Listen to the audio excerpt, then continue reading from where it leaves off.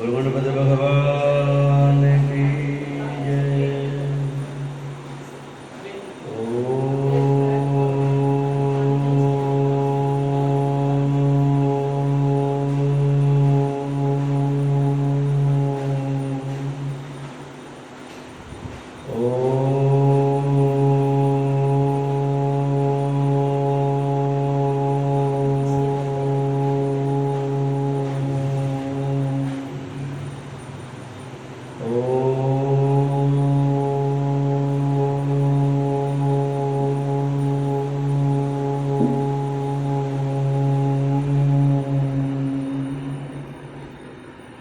गजाननं भूतगणातिसेवितं कपित्थजम्बूफलचारुभक्षणम् उमासुतं शोकविनाशकारकं नमामि विघ्नेश्वरपादपङ्कजम्। विघ्नेश्वराय वरदाय सुरप्रियाय लम्बोदराय सकलाय जगद्विताय नागार्जुनाय श्रुतियज्ञविभूषिताय गौरीसुताय गणनाथ नमो नमस्ते। गुरुर्ब्रह्मा गुरुर्विष्णु गुरुर्देवो महेश्वरः गुरु साक्षात् परब्रह्म तस्मै श्रीगुरुवे नमः।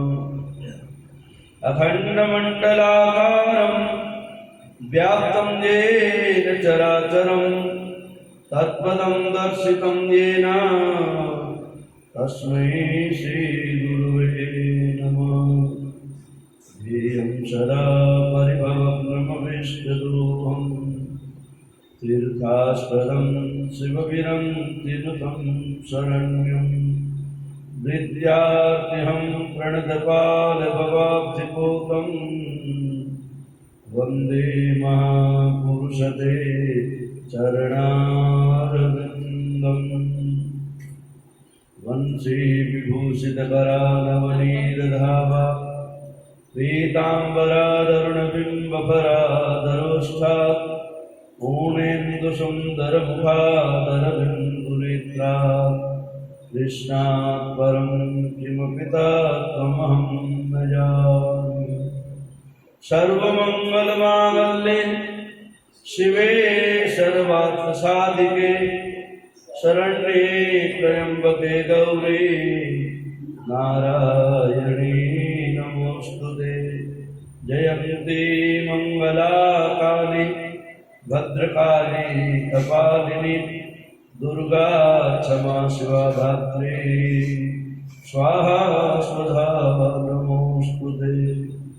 रामाय रामभद्राय रामचन्द्राय वेदसे रघुनाथाय नाथाय सीताय पतये नमः। राम रामेति रामेति रमे रामे मनोरमे सहस्रनाम तत्तुल्यं राम नाम वरानने। नीलाम्बुजश्यामलकोमलाङ्गं सीतासमारोपितमानभागं पाणौ महासायति चारुचापं नमामि रामं रघुवंशनाथं। मनोजवं मारुततुल्यवेगं जितेन्द्रियं बुद्धिमतां वरिष्ठं वातात्मजं वानरयूथमुख्यं श्रीरामदूतं शरणं प्रपद्ये। अतुलितबलधामं हेमशैलावदेहं तनुजवनकृशानुं ज्ञानिनामग्रगण्यं सकलगुणनिधानं वानराणामधीशं रघुपतिप्रियभक्तं वातजातं नमामि। आत्मा त्वं गिरिजामति सहचरः प्राणशरीरं गृहं पूजा ते विषयोगभोगरचना निद्रा समाधिस्थितिः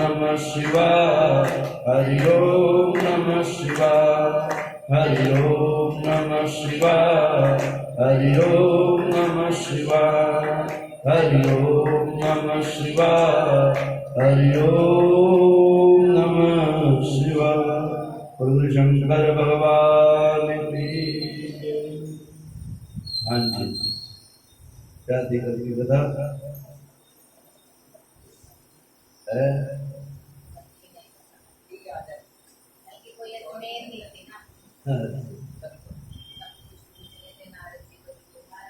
गुरु शंकर भगवान की।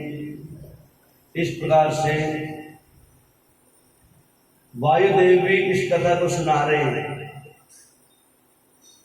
वायुदेव भी इस कथा को सुना रहे हैं। जिस प्रकार से सूर्य महाराज 88,000 ऋषियों को संगम पे तट पर इस कथा को सुना रहे हैं, ऐसे ही वायुदेव भी एक समय ऋषियों के द्वारा पूछे गए प्रश्नों का उत्तर में शिव महापुराण की कथा ही सुना रहे हैं। और सनक सनंदन सनातन सनक कुमार चारों भाई इस कथा को सुना रहे हैं व्यास जी महाराज को, और नारद जी सुन रहे ब्रह्मा जी के मुख से इस कथा को। कल की चर्चा थी, कल की कथा में प्रसंग आया था कि किस प्रकार से प्रलय होती है। प्रलय की मेन कथा थी कल। मार्कंडेय ऋषि जी के द्वारा प्रलय को देखा जाना, ऐसे ही कई ऋषियों के द्वारा प्रलय को देखा गया। और प्रलय के बीच में प्रलय की कथा चल रही थी, प्रलय कैसे होती है और किस प्रकार से जीव प्रलय के दर्शन करता है, उसका वर्णन किया। और कहते हैं नारद जी, ब्रह्मा जी से पूछा जा रहा है नारद जी के द्वारा, हे पितामह, हमने प्रलय के विषय में जाना किस प्रकार से प्रलय आती है। और कहते हैं इस प्रकार से जो 100 वर्ष की आयु है नारद जी, ब्रह्मा जी की 100 वर्ष की आयु पूरी हो जाती है, तब जाकर के एक बार इस सृष्टि में प्रलय आती है। अर्थात महादेव उस सृष्टि को अपने उदर में पूरी सृष्टि को समाहित कर लेते हैं। इस प्रकार से प्रलय आती है। कहते हैं, हे नारद जी, तुमने भी जब अगला जन्म लिया, दासी के पुत्र के बाद में जब अगला जन्म लिया, प्रलय के बाद में ही तुम स्वयं ब्रह्मा के मानस पुत्र बन के इस सृष्टि पर अवतरित हुए, जो कि सप्तऋषियों में नारद जी और सप्तऋषि सनक सनंदन सनातन कुमार और अन्य भी जितने शेष ऋषि होते हैं, वो सृष्टि के आदि के अंदर ब्रह्मा के द्वारा निर्धारित कर दिए जाते हैं। सप्तऋषियों का, नारद जी का कोई जन्म नहीं होता, ये तो फिर मानसिक सृष्टि के अंदर स्वयं भगवान के द्वारा प्रकट किए जाते हैं। गुरु शंकर भगवान। इस प्रकार से सृष्टि चलती रहती है नारद जी। और जब ब्रह्मा जी की 100 वर्ष की आयु पूरी हो जाती है, तब सृष्टि भगवान देवादिदेव महादेव अपने उदर में पूरी सृष्टि को समाहित कर लेते हैं। और फिर मन का भाव जागृत होता है, काम क्रोध मद लोभ आदि का उत्सर्जन होता है, तब कहीं जाकर के देवादिदेव महादेव के द्वारा एक नई सृष्टि का बनाया जाना होता है। ऐसी सृष्टि बनती रहती है। और उस सृष्टि के अंदर मनु, शतरूपा, दक्ष प्रजापति, सप्तऋषि, नारद ऋषि, सनक सनंदन सनातन, सनत कुमार आदि, और मैं स्वयं ब्रह्मा, विष्णु और देवादिदेव महादेव का एक रूप शंकर, जिसे रुद्र कहा जाता है, इस सृष्टि को बनाते हैं, इस सृष्टि में आते हैं। रुद्र के द्वारा सारी भूत प्रेत, डाकनी शाकनी, बिच्छू आदि, सर्प आदि की सृष्टि का निर्माण होता है। ब्रह्मा के द्वारा सारी सतोगुणी विद्या का प्रयोग होता है, ऐसी सृष्टि निर्माण होती है। और विष्णु भगवान जी उस सृष्टि का पालन करने लग जाते हैं। मनुष्य रूपा आदि आगे चल करके इस सृष्टि को मैथुनी सृष्टि के रूप में प्रकट करते हैं। पुरुष और प्रकृति का जोड़ा बनते हैं। और फिर जाके सांसारिक सृष्टि, जिसमें सबका माता पिता का संबंध, भाई बहन का संबंध, छोटे और बड़े की सारी मर्यादाएं बना दी जाती है। और इस प्रकार से पृथ्वी के ऊपर धीरे धीरे लाखों की संख्या में, करोड़ों की और अरबों की संख्या में ये मैथिली सृष्टि बनती रहती है और उसका पालन विष्णु जी करते रहते हैं और शंकर जी वो सृष्टियों पे वैसे ही संहार करते रहते हैं। नारद जी कहते महाराज रुद्र जो अवतार होता है वो शिव का ही अवतार है। कहते हाँ नारद जी शिव का ही अवतार है। जब देवादिदेव महादेव इस सृष्टि को रचने की अपनी इच्छा जागृत करते हैं और साम्यावस्था में पहुंच जाते हैं उस समय में रुद्र के भी अवतार होता है, मेरा स्वयं अवतार होता है, विष्णु का अवतार होता है। रुद्र शिव का ही अंश होते हैं लेकिन ब्रह्मा जी के क्रोध से क्षोभ से उत्पन्न होकर के रुद्र नाम पड़ता है और वैसे ही रुद्र रूपी अपनी सृष्टि पैदा करते हैं। बोलो शंकर भगवान की। महादेव हे ब्रह्मा जी महादेव के साथ में जो शिवा है कहते शिवा और महादेव, शिव और शिवा ये आदि शक्ति है, परम शक्ति है, इसी से पूरी सृष्टि का निर्माण चलता रहता है। महाराज मनु आदि ऋषि महात्मा कहते ये भी भगवान की सृष्टि के अंदर सृष्टि को निर्धारित करने के लिए मनु आदि, शत्रुपा आदि आगे जितना भी क्रम चलता है दक्ष प्रजापति आते हैं और उनके आगे करके जो है सप्तऋषि होते हैं। सप्तऋषि बाद में ऐसे अनेक प्रकार की सृष्टि चलती रहती है। महाराज आप कह रहे थे एक बार देवादिदेव महादेव से दक्ष प्रजापति का द्वेष हो गया था। हाँ नारद जी क्यों द्वेष हो गया था? दक्ष तो भोले बाबा के ससुर लगते थे। भोले बाबा दक्ष प्रजापति के दामाद थे। माता पार्वती सती तो उनकी पुत्री थी और माता सती जब दक्ष प्रजापति का जन्म ले चुकी थी तो माता का अपने पिता से विरोध कैसे हुआ और दक्ष का अपने दामाद से विरोध कैसे हुआ? कहते नारद आप जो ये कथा बहुत विस्तृत कथा में सुनाई थी फिर भी सारांश बता देता हूँ कि एक समय की बात है दक्ष प्रजापति को सभी देवताओं ने मिलकर के किसी न किसी को तो एक प्रधान पद पे बैठाना पड़ता है। सारे देवता एकत्रित होते हैं, उनमें महादेव भी होते हैं, महादेव का भी आना होता है और महादेव की कृपा से ही दक्ष प्रजापति को आज प्रजा का राजा नियुक्त किया गया जिसका नाम है दक्ष। और कहते हैं वो दक्ष जब राजा बन जाते हैं और राजा दक्ष प्रजापति जब अपना जो राजपाट संभालने की तैयारी कर रहे थे उस समय की कहानी एक कथा है, उस समय की चर्चा है। तो महाराज थोड़ी सी चर्चा हमें सुना दो, हमें बार बार सुनने का मन करता है। कहते महादेव की कथा, माता सती की कथा, माता पार्वती की कथा और शिव महाप्राण की जो भी कथाएं हैं इसको तो बार बार पान करते रहना चाहिए। जितनी बार जिस कथा को सुना जाए उतना ही कम होता है। नारद जी कहते महाराज मैं द्वारा से उस कथा को सुनने की इच्छा रखता हूँ कि दक्ष प्रजापति ने महादेव से क्यों विरोध उत्पन्न किया, क्यों दुश्मनी बोल ली। कहते सुनो नारद जी, जब दक्ष को राजा नियुक्त कर दिया गया, दक्ष ने सारी सृष्टि में त्रिलोकी में निमंत्रण भेजा गया। भी सारे देवी देवता, सारे ऋषि, सारे मनुष्य, सारे प्रकृति के लोग, सारे पितृलोक, गंधर्व, अप्सराएं, किन्नर, किशुगण, सारे इस दक्ष की जो सभा चल रही है, नियुक्ति चल रही है, दक्ष अपनी जो शपथ ले रहे हैं प्रजापति के नाम के, तो आप सभी उसमें हासिल हो, सभी उसमें हिस्सा बनो, सभी उसका आनंद लूटो। उस समय की बात है। कहते हैं माता सती की शादी हो चुकी थी, उस समय की बात है ये। और माता सती स्वयं भोले बाबा के साथ में दक्ष प्रजापति के उस शपथ समारोह में पहुंचे। जब समारोह चल रहा था, जब राजा आता है अपने पालकी के अंदर आता है, सज धज करके आता है और जितने भी आम जनमानुष है, देव है, किन्नर है, जो भी है, सबका एक ही भाव होता है कि राजा ही प्रजा का भगवान होता है। मालिक होता है, उसी भाव से ये प्रसंग चल रहा है।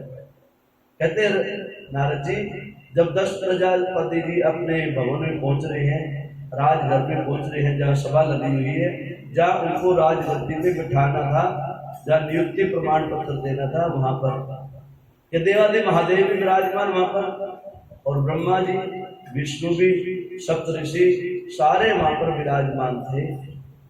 सबने अपने अपने आसन से उठ करके यथा योग्य दक्ष प्रजापति का आदर मान और सम्मान किया। सब किसी ने पुष्पों की माला पहनाई, किसी ने गुलदस्ता दिया, किसी ने पुष्पों की वर्षा करी, किसी ने प्रार्थना करी, किसी ने जयकारे करे, किसी ने ढोल नगाड़े बजाए, किसी ने तालियां बजाई, किसी ने नृत्य किया। अर्थात दक्ष प्रजापति को सबसे आशीर्वाद रूप में बधाई सबने दी। कहते नहीं दी तो एक महादेव ने दे दी, देवादेव महादेव ने दी, महाराज क्यों नहीं दी? क्योंकि महादेव तो जगत के नियंता है, जगत के पालनहारे हैं, और दक्ष प्रजापति को तो इस चीज का ज्ञान ही नहीं है। दक्ष प्रजापति तो महादेव के लिए सोचते हैं कि मेरा केवल दामाद ही है, केवल इतना ही जानते हैं, मैंने इसको अपनी लड़की सती ब्याही है, ये मेरा दामाद है, और दामाद का अधिकार बनता है अपने ससुर के सामने नतमस्तक होना, हाथ जोड़ करके उसकी प्रार्थना करना। और फिर अब तो राजा भी बन चुके हैं, तो राजा के सामने तो सबको ही नतमस्तक होना चाहिए। लेकिन महादेव तो अंतर्यामी है, वो तो जगदीश्वर है, वो तो अजर अमर और अविनाशी है। उनके यहाँ तो किसी प्रकार का कोई लेश मात्र में ना तो दोष लगता, ना उनको खुशी ना उनको दुख। वो तो सुख और दुख से भी परे हैं, वो तो जय और पराजय से भी परे हैं, वो तो लाभ और हानि से भी परे हैं। अर्थात उनके लिए क्या दिन और क्या रात, क्या यश और क्या अपयश, क्या मान क्या हानि, क्या क्रोध क्या आलस और क्या प्रेम। उनके लिए तो पूरी सृष्टि के अंदर एक ही है समता, सबके प्रति एक ही भाव है समता। उनके यहाँ राक्षस आ जाए तो भी उनका वही भाव है, देवता आ जाए तो भी उनका एक तो भाव ही है। अर्थात उनके लिए पूरी सृष्टि के अंदर एक ही भाव है, सबके ऊपर दया करना, सबके ऊपर करुणा बरसाना, सबके यहाँ एक जैसा ही आशीर्वाद, जैसे जैसे कर्म करता है जीव उसको वैसा वैसा वो आशीर्वाद दे देते हैं। लेकिन कहते नारद जी, वो तो दक्ष प्रजापति था, कुछ तो दक्ष प्रजापति के पद पे बैठ गया, कुछ ससुर कहते उम्र में बड़े होते हैं, ससुर का नाता, और कुछ दामाद के प्रति उनका भाव, वो भाव में परिवर्तित हो गया। और जैसे जैसे दक्ष प्रजापति सबसे मानित और सम्मानित होकर के अपने राज सिंहासन के ऊपर बैठने से पहले ही खड़े होके सबको चेतावनी के रूप में सबको एक ही भाषा का प्रयोग किया। अरे इस सभा के अंदर कोई ऐसा जीव भी है, ऐसा भी है जिसने मेरा सम्मान नहीं किया, मान नहीं रखा हो, और यदि वो जीव है तो वो जीव इस सभा में रहने का अधिकार नहीं। इसलिए सबसे पहले उसको दंड दिया जाए, इस सभा से वापस भेजा जाए। सबने बड़े गौर से देखा, सारी सभा ने देखा कौन ऐसा है जिसने दक्ष प्रजापति का मान और सम्मान ना किया हो। तो देखा महादेव जी एक सुंदर सिंहासन पर अपने मस्त में मस्त बैठे हुए आनंद से शोभा दे रहे हैं। सबने देखा, अब ब्रह्मा जी की कहाँ हिम्मत, विष्णु जी भी कहाँ हिम्मत, किसी ऋषि की क्या, अर्थात पूरी सभा के अंदर किसी की हिम्मत नहीं जो महादेव से विरोध ले सके। तो महादेव है, वो तो देवों के देव महादेव है, जो जगत में सबको पद और प्रतिष्ठा देते हैं, मान और सम्मान देते हैं, जय देते हैं, विजय देते हैं, अर्थात धन देते हैं, दौलत देते हैं, पुत्र देते हैं, राज और सुख देते हैं, अर्थात पूरी प्रकृति का पूरा वैभव जो देते हैं पूरी प्रकृति को, वह ऐसे महादेव से आज यदि ग्लानि कोई करेगा तो अपने आप को सिवाय नाश के अलावा कुछ प्राप्त नहीं करेगा। अब सबने नीचे गर्दन कर ली। दक्ष प्रजापति पूछते हैं, अरे कोई तो बोलो, सबके मुंह सिल गए क्या? ऐसे ओगड़धानी से, बागमधारी से, ऐसे मुंडों की माला धारण करने वाले, ऐसा भेष बना के बैठे हुए, इससे सबको डर लगता है। अरे बहरूपिया है, ये बहरूपिया है, जिसके आगे पीछे कुछ नहीं है, दरबार में जिसका कोई कुल ही नहीं है, उसकी परिवार ही नहीं है, राजपाट ही नहीं है जिसके पास में, उससे सारे आप इतने क्यों डर रहे हो?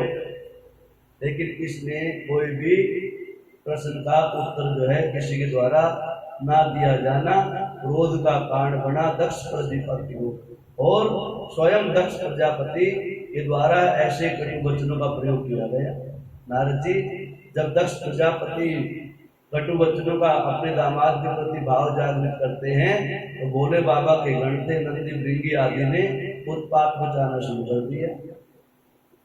लेकिन वो तो भोले बाबा थे, नंदी को धीरे से पुचकारा, भैया सभा देखो, जगह देखो, कैसे आए वो देखो, किसके घर आए हैं वो देखो, और कौन कौन आए कोई देख लो।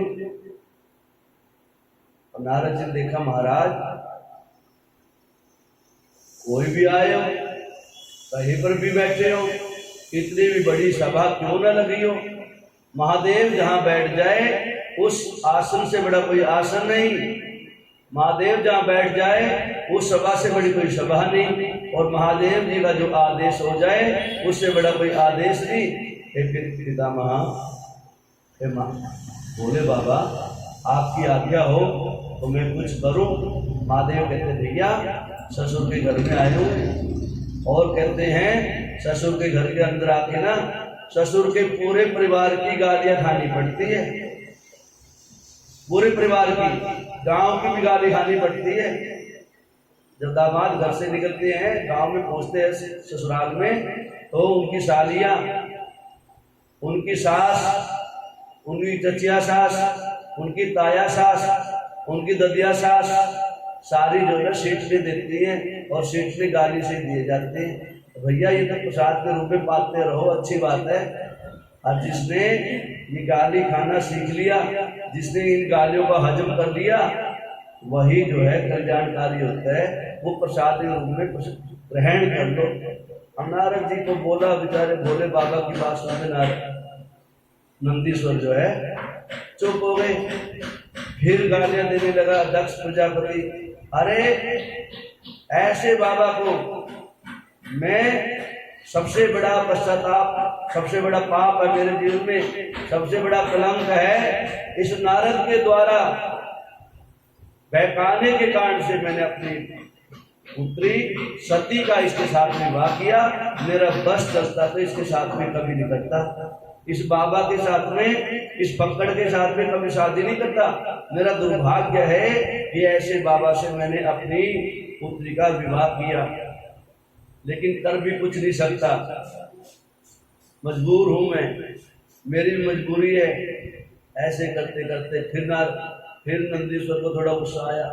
नंदीश्वर खड़ा हो गया, अरे सुन दक्ष प्रजापति, तो राजा हो, अपने घर का होगा, इस देश का होगा, मेरे भोले बाबा का कोई राजा नहीं है। और बात सुन ले, अपनी चिपड़ अभी बंद करता तो कर दे, नहीं तो तेरा विनाश बहुत नजदीक है। सुधर जा। भोले बाबा को जिसने भी दुत्कारा, भोले बाबा को जिसने भी गाली दी, चाहे प्यार से दी चाहे कैसे भी दी, उसका नाश निश्चित है। अब ऐसे जब नंदीश्वर भगवान ने खड़े होकर ललकारा दक्ष प्रजापति को, तो दक्ष प्रजापति को लगा भी कुछ न कुछ तो है काल। लेकिन राज का हट बताया था, राज हट, क्रिया हट, बाल हट, ये बड़े मुश्किल होते हैं इनको संभालना। दक्ष प्रजापति ने कुछ नहीं देखा, एक ही बात बोली, जब तक इस बाबा को, इस बिना कुल वाले को बाहर नहीं निकालोगे यहाँ से भगवान ही देखो जब तक मेरी आत्मा को शांति की प्राप्ति नहीं होगी। बोलो शंकर भगवान की। नारद जी भोले बाबा न मान था, भोले बाबा को अच्छा लगता न सम्मान अच्छा लगता, तो जो समता में रहने वाले हैं। भोले बाबा ने देखा कि वो दक्ष प्रजापति के राजपाट पे बिगड़ डाला, इसकी जो है कुछ चेष्टा जागृत होती रहेगी और इनका जो आयोजन है वो कहीं पथ भ्रष्ट ना हो जाए, कहीं दूषित ना हो जाए, इससे अच्छा जो है चला जाए यहाँ से। नंदी कहते महाराज आपकी जैसी इच्छा। कहते इस प्रकार से दक्ष प्रजापति के द्वारा देवादिदेव महादेव को धुतकारना, ललकारना, अनेक प्रकार की गाली देने के बाद में कहते महादेव अंदर से दक्ष प्रजापति को आशीर्वाद दे करके कहते हैं ससुर पितामह, हे ससुर पिताजी अच्छा मैं चलता हूँ, आप अपना राजपाट संभालो, मैं तो ऐसे ही रहूंगा, मैं तो सुधरने वाला हूँ नहीं, मैं तो जैसे जहाँ पर जाता हूँ ऐसे ही जाता हूँ और मैं तो जा रहता हूँ, कल्याण ही कल्याण होता है। ठीक है भैया, तेरे को अपने जीवन में अपना कल्याण नहीं करवाना है, तेरे को अपयश का भागी बनना तो बन, अभी से मेरा क्या दोष है, तू नहीं पहचान पा रहा मेरे को, तेरी नजरों में केवल मैं एक दामाद ही दिखाई दे रहा है, तो मैं इसमें क्या कर सकता हूँ, उन्हें अभी तो मेरे को पहचाना ही नहीं है। और मैं चला अपने कैलाश पर्वत पे। गुरु शंकर भगवान की। कहते हैं नारद जी इस प्रकार से उस दिन से महादेव ने ना तो दक्ष का सम्मान किया और ना दक्ष ने महादेव के प्रति अच्छा भाव जागृत किया। उसी दिन से दक्ष प्रजापति के हृदय में एक कुंठा जागृत हो गई, कुंठित भाव जागृत हो गया, एक ईर्ष्या जागृत हो गई, एक द्वेष जागृत हो गया, एक क्रोध जागृत हो गया। उस दिन के बाद में ना तो कभी महादेव को बुलाया, ना सती को अपनी बेटी को अपने घर में कभी बुलाया। कितने ही वर्ष बीत गए, सदियों बीत गई, उधर महादेवी और महादेव तो चाहते थे ना बुलाए, अच्छी बात है, जो मेरी पूजा भीड़ में तपस्या में भंग डाले कोई बुला के, महादेव तो चाहते थे। लेकिन सती महारानी और कहते जब नई नई शादी होती है लड़की की, मायके की बहुत याद आती है और लड़की की तो लास्ट तक याद रहती है। अंत तो मन वृद्धावस्था को भी प्राप्त हो जाए तो लड़की को अपना मायका बहुत प्यारा लगता है, बार बार याद आता है। लेकिन सदियों बीत गई, दक्ष प्रजापति के यहाँ से संदेशा भी नहीं आया, चिट्ठी भी नहीं आई कि भूल के कभी अपनी बेटी को बुला ले या बेटी तू स्वामी आ जाए। ऐसी स्थिति हो गई। कहते नारद जी, कहते इस प्रकार से बहुत सा जब समय व्यतीत हुआ तो एक दिन देखा मैं तो बुला ही नहीं रहा और वो भी इतनी हट धर्मिता बना रहे हैं। लड़की भी ऐसी है, लड़की भी ऐसी बन गई है, जैसा बाबा था ऐसी वो बन गई है। उसको भी अपने पिता की याद नहीं आ रही है और वो दामाद भी ऐसा निठल्ला, अभी तो ले आए घूमता फिरता आ जाए, ऐसा भी नहीं है। तो कहते हैं इस प्रकार से सदियों बीत गई। दक्ष प्रजापति के मन में भाव जागृत हुआ कि क्यों ना कोई बहाना ढूंढा जाए बेटी को बुलाने का, या बुलाए नहीं तो जलाने का बहाना ढूंढ ले दामाद को, जेलसी हो जाए उसको। कहते आज दक्ष प्रजापति ने अपने यहाँ पर कोई भाव जागृत हो जाता है। बोलो शंकर भगवान। दक्ष प्रजापति ने अपने यहाँ पर एक सुंदर यज्ञ का आयोजन करवाया। कहते नारद जी उस समय निमंत्रण नहीं दिया दक्ष प्रजापति ने फिर भी, लेकिन ये संदेशा, ये समाचार बड़े बड़े बोर्ड लगवा दिए, दूर तक संदेशा पहुंचा दिया नारद के द्वारा, सप्तऋषियों के द्वारा, सबके द्वारा कि दक्ष प्रजापति के यहाँ हरिद्वार में कनखल में बहुत बड़ा आयोजन हो रहा है, यज्ञ किया जा रहा है और सारे देव देवता वहां पर विराजमान हो, पहुंचो। अब जब इतना बड़ा यज्ञ होता है, इतने बड़ा राजा चक्रवर्ती सम्राट पूरी धरा के मालिक दक्ष प्रजापति जब ऐसा यज्ञ करते हैं तो वहां लाखों करोड़ों की संख्या में साधु संत ब्राह्मण अतिथि पितृस्वर, गंधर्व, किन्नर, अप्सराएं सबको निमंत्रण भेजा जाता है। और कम से कम जो है ऐसा आयोजन कहते हैं 1 साल पहले तैयारी करनी पड़ती है, तब जब कहीं जाके इतना बड़ा आयोजन हो सकता है। अब बड़े बड़े संत महात्मा जाते, कहते नारद जी जब यज्ञ की तैयारी होगी, यज्ञशाला बनने लगी, यज्ञशाला बनाने के लिए इतना बड़ा सामान इतनी दूर दूर से तैयारी करने लगे, इतने बड़े यज्ञ के लिए भोजन की व्यवस्था अलग, रहने की व्यवस्था अलग, सोने की व्यवस्था अलग, यज्ञशाला अलग, ब्राह्मणों के अलग, देवता के अलग, पितरों के अलग, जनाना अलग, मर्दाने की अलग, सारी व्यवस्था जो है कहते हैं 40 कोस योजन में, 40 योजन तक का विस्तार में यज्ञशाला बनाई गई अलग अलग तरह से। कहते इस प्रकार से नारद जी एक दिन सारे देवता जब यज्ञ प्रारंभ होना था और धीरे धीरे ढोल नगाड़े ले गए अपनी अपनी पालकियां अपने अपने रथ सवार कर करके जा रहे थे आकाश मार्ग से। देवता लोग, पितर लोग, गंधर्व लोग जा रहे हैं। गंधर्व रात ढोल डमाके ज्यादा बजा के जाते हैं, मृदंग भेरी आदि बजा के जा रहे हैं। माता सती को सुनाई दिया भी कुछ न कुछ तो जो है आज तक तो जय इतनी यात्रा संतों ने, ऋषियों ने कभी नहीं करी। हर रोज नई नई पालकी में सज सज के जा रहे, कहाँ जा रहे हैं? बोले बाबा ने देखा माता पार्वती के मन में चल पड़ी बातें, तो बुलाया जाए किसी को, सुंदर आयोजित कर रहे हैं तो दक्ष को तो कुछ न कुछ बनाया जाए। बोले बाबा कृपा होती है और उधर से नारद को आदेश होता है। ब्रह्मा जी कहते नारद जी मिलके आओ ना, कहाँ जाए? बोले बाबा देख क्या अभी गुस्से बैठे हैं क्या? अरे भैया क्यों पंगा ले रहे हो?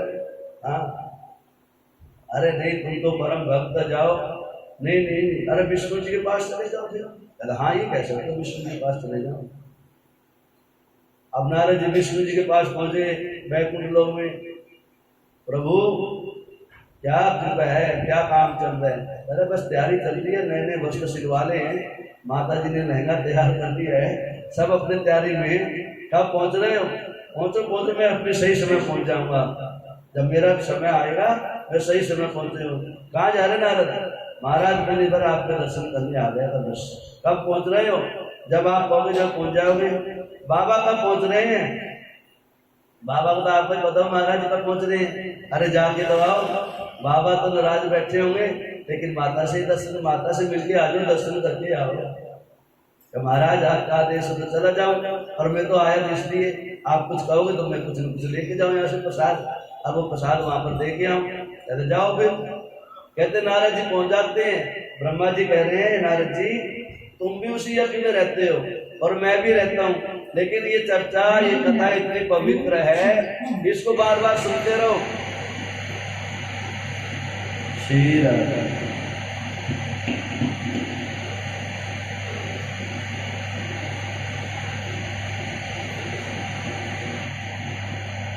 शंकर भगवान बंद करते हैं।